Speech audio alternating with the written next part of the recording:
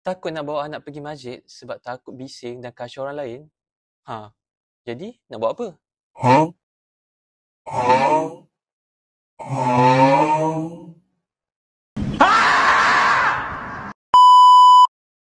So, hai adik-adik dan ibu bapa yang berada di luar sana.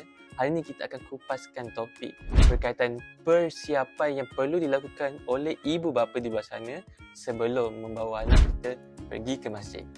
Ini dia tips pertama ataupun langkah lah untuk ibu bapa yang berada di luar sana sebelum kita membawa anak-anak kita pergi ke masjid. So, apa persiapan dia?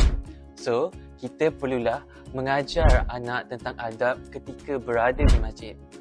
Misalnya, jangan membuat bising, berlari-lari ataupun mengganggu jemaah-jemaah lain ketika solat. Kita naklah nanti tiba-tiba jemaah lain tegur. Anak siapa lah ni lari-lari ni? Mesin betul mengganggu kita tengah solat ni. Untuk tips yang kedua pula, kita ada sediakan aktiviti ringkas kepada anak-anak. Aktiviti yang seperti mana tu? Jadi, mungkin kalau kita ada anak kecil, kita boleh sediakan buku-buku tentang kisah-kisah Islam ataupun kisah-kisah tentang Nabi.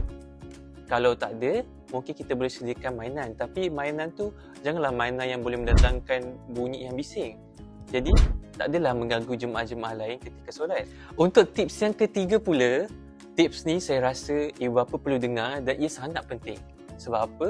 Sebab tips ini ialah untuk memastikan anak-anak kita